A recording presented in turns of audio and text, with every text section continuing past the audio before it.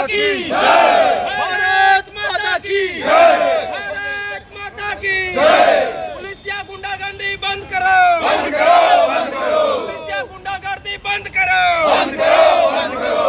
Police या गुंडागर्दी बंद करो, बंद करो, बंद करो।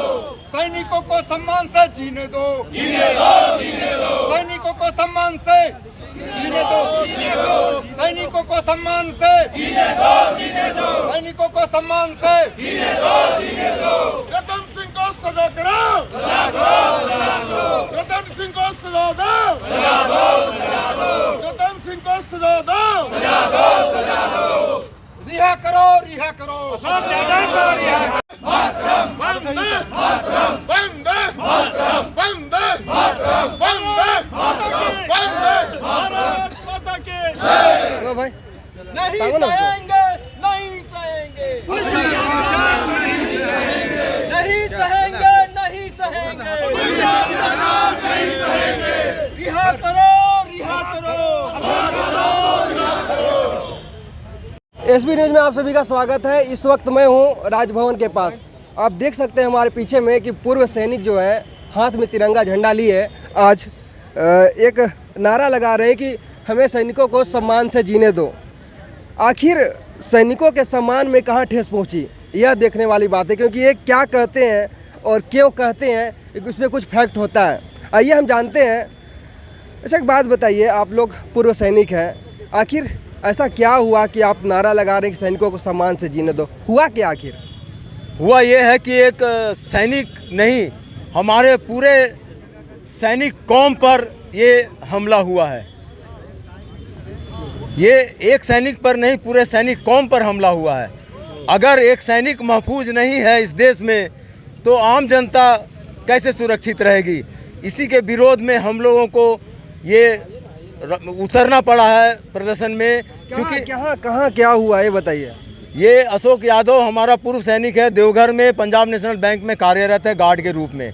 2 जनवरी को ड्यूटी के दौरान वहाँ के थाना इंचार्ज रतन सिंह ने अपने दस्ते के साथ लाकर उसको बुरी तरह से घसीटते हुए मारा पीटा और उसका मोबाइल को पटक के तोड़ दिया गया और ले जाके थाना में बंद कर दिया गया है और वो अभी तक जेल में है। अच्छा एक बात बताइए, तो जो व्यक्ति किया है उस तो निलंबित हो गया ना? निलंबित का आदेश ये 3 तारीख का है।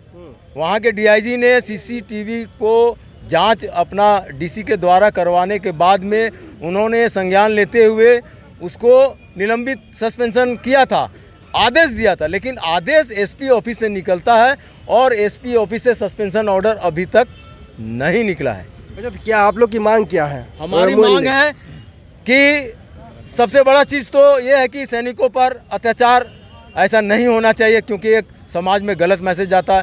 दूसरा है, अगर वो कोई गलती करता है तो उसके लिए कानून है, कोई भी गलती करता है तो कानून है।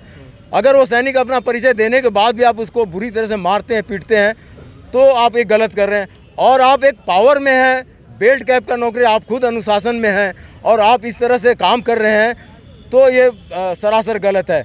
मैं चाहता हूं कि दोषी कोई भी है उसको सज़ा मिले, ताकि समाज में एक संदेश जाए कि कोई भी अगर गलत काम करता है तो उसको अपना पद के हिसाब से छूट नहीं है और सम्मान के साथ जीने का हक। तो बैंक में वो क्या काम करते थे? बैंक में अशोक यादव गार्ड के रूप में तैनात थे और उनको ड्यूटी था उनका कि बैंक में कोई भी आते जाते हैं तो उस पर ध्यान रखना है कि कोई हथियार के साथ तो नहीं जाना, मना है बैंक के अंदर जाने के लिए। और उसने उनको सिर्फ पूछा, सर हथियार के लिए साथ अंदर मना जाना, बस यही उनको अच्छा नहीं लगा और उन्होंने ऐसा किया। मुख्यमंत्री जी को क्या कहेंगे आप? डायरेक्ट समझिए, मुख्यमंत्री जी देख रहे हैं आपको। मुख्यमंत्री जी से मैं चिंता के साथ कहना चाहता हूं, पूर्व सैनिक होने के नाते हमारा पूर्व सैनिक कौम पूरा ही बहुत ही गमगीन माहौल में जी रहा है ऐसे वारदातों को देखकर। क्योंकि आपके राज्य में, क्योंकि हम लोग देश के लिए लड़ते हैं, तो अभी मैं ये बोलने में गुरेज नहीं करूंगा कि आपके राज्य में हम लोग सुरक्षित नहीं हैं और हमारा पूरा पूर्व सैनिक आपके राज्य में पूरा बेरोजगार है। आपके द्वारा कोई आरक्षण भी नहीं है यहाँ पर, और इस तरह का अत्याचार हम कभी बर्दाश्त नहीं करेंगे। हमारे जितने भी पूर्व सैनिक हैं सम्मान से जीना चाहते हैं उसे सम्मान से रहने दें, यही हम आपसे गुजारिश करते हैं। मुख्यमंत्री जी पूर्व सैनिक हैं, कहते हैं कि हमें सम्मान से जीने दें क्योंकि हम सम्मान से जीना चाहते हैं। बॉर्डर पे जब लड़ते हैं तो ये नहीं देखते हैं कि हम झारखंड के हैं कि बिहार के हैं कि पड़ोसी राज्य के हैं कि 1932 का खतियान है कि नहीं है, लेकिन ये ज़रूर है कि अपना जान निछावर कर देते हैं।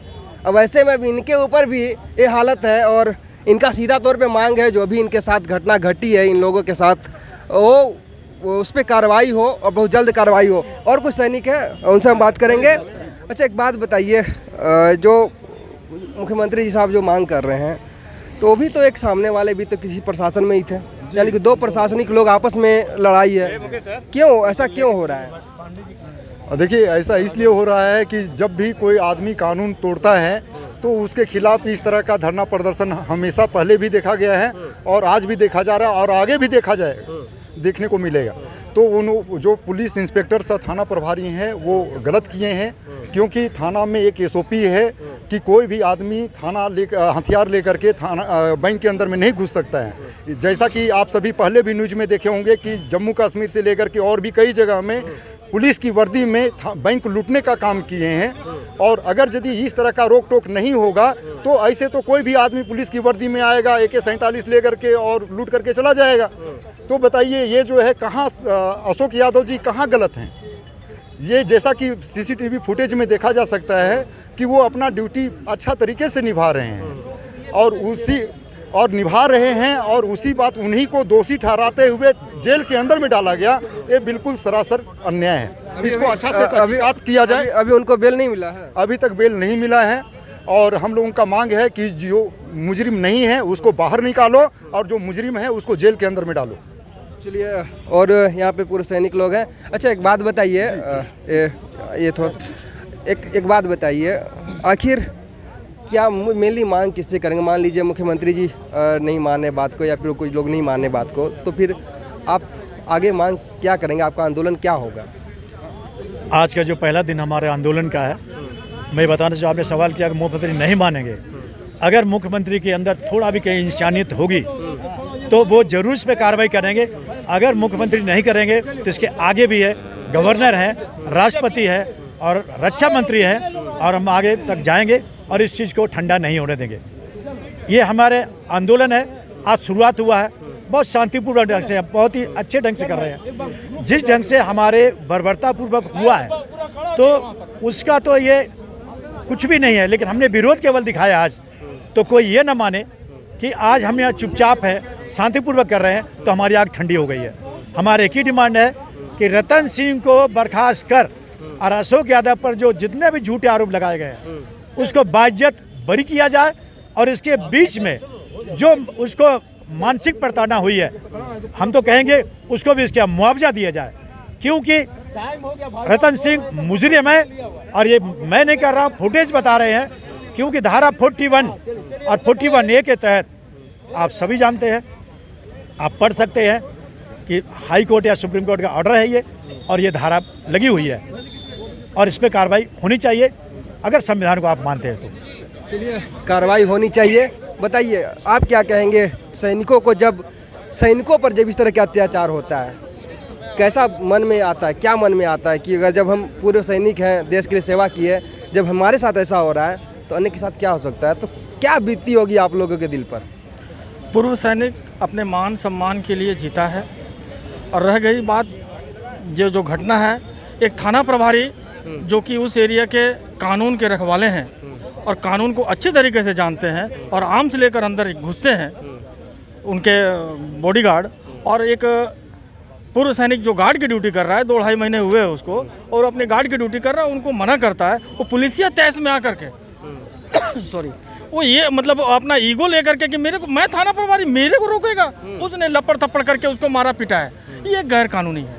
इतना ईगो लेने की जरूरत नहीं है। चाहे आप कोई भी हो, राष्ट्रपति को भी कहीं कहीं रोका जाता है कि आप अपना चेकिंग कराइए।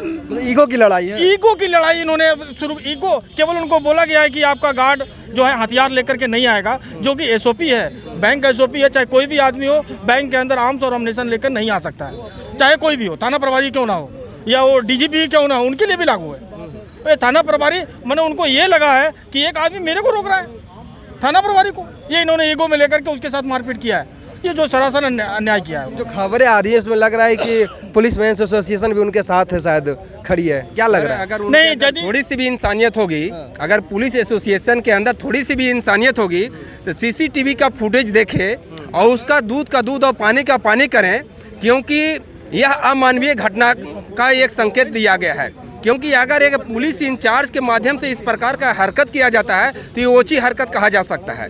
क्योंकि जब एक सैनिक के साथ ऐसा आप सलूक करते हैं तो पूरी जनता के साथ आप कैसा सलूक कर रहे हैं ये आपको दर्शाता है।